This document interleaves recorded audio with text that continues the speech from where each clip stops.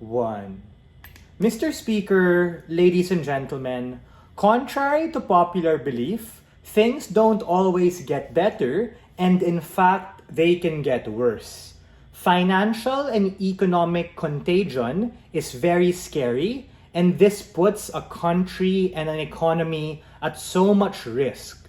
But it gets scarier at the point in which you reach an inflection point or a cataclysmic decision point that the only alternative is for the state to be able to get you out of that situation, either out of neglect, ignorance, malevolence, or you just made a terrible kind of decision.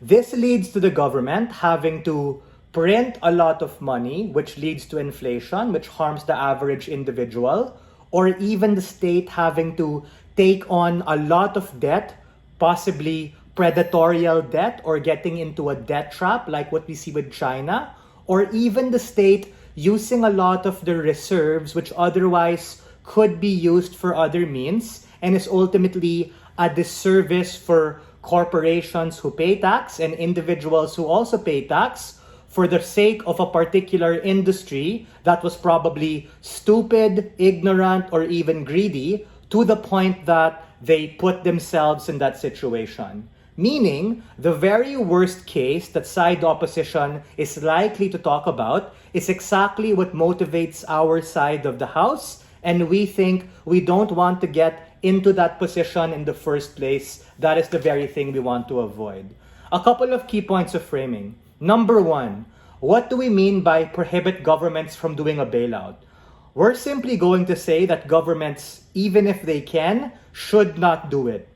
What are they going to do with the money instead that they have, assuming they're liquid and have excess?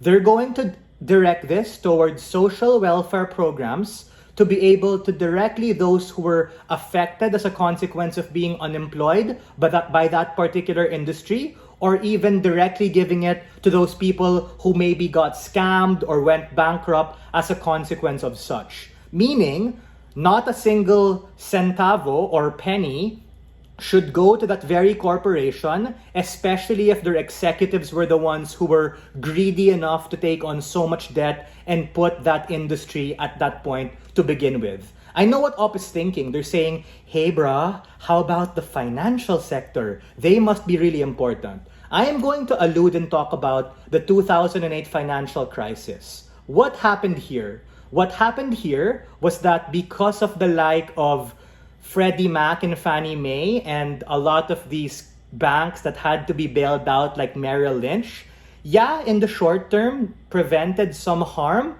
but it put the US in a bear market, or a point in which people lost a lot of money and didn't even get a chance to be able to be employed, and it affected all kinds of things like the prices of real estate, the stock market, and even businesses. 5 to 10 fucking years to be able to rebound and go back to an all-time high. Meaning, '08 is exactly what we want to be able to avoid. In fact, because of the 2008 financial crisis, we actually had the Dodd-Frank Act, wherein the US was like, we don't want to be able to do these things again, and we're going to make particular legislative reform not to be entrenched in that particular situation. Fast track to what happened in March 2023, after the pandemic, you had the Silicon Valley Bank, of which faced another precarious situation, and the US government learned from 2008, did not bail them out, maybe extended them or gave incentives for the private corporations to give them a credit line, but ultimately they were eventually bought out by JP Morgan Chase, and we think that's actually good. Meaning, absent the particular bailout, there are other ways in which they can get out of the situation or be able to be reformed. A, getting outside credit from other banks who are liquid.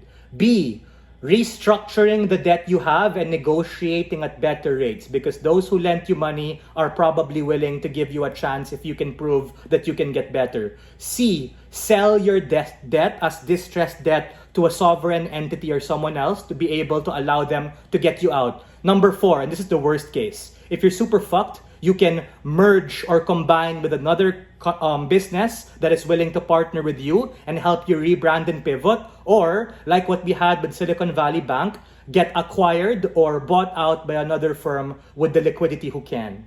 What motivates our side of the house is laissez-faire capitalism, meaning the full extent of the free market to be able to help you. If you're so important and of value, someone's gonna see that as an opportunity. But if you're like some bullshit company, like some crypto VC with so much debt, or some kind of cloud kitchen competing in an overcrowded space, you deserve to get wrecked. Sure, POI, go for it.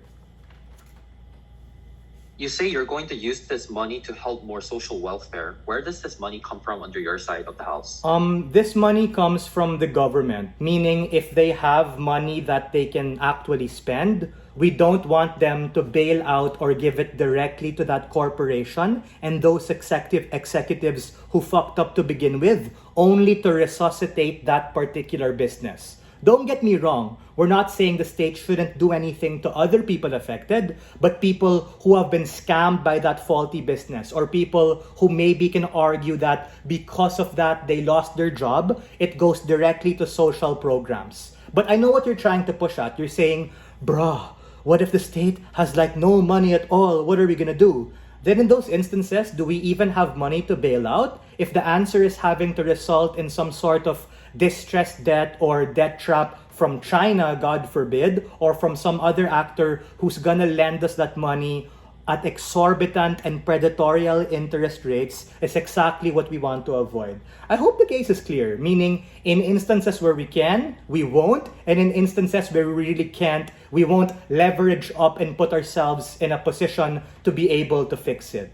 In instances where you're so crucial and important, just like a particular banking sector or a property sector, we're willing to bite the harm that you're gonna go bust and that it might be painful in the short term, but we don't set a dangerous precedent of Uncle Sam and the levers of capitalism to be there to save you. We think that things should be meritocratic and there are certain existing levers within the private sector to allow them to get out of it, like what I mentioned with acquisitions, mergers, and buyouts. And for all of these reasons, we are very proud to open this debate and stand on side proposition.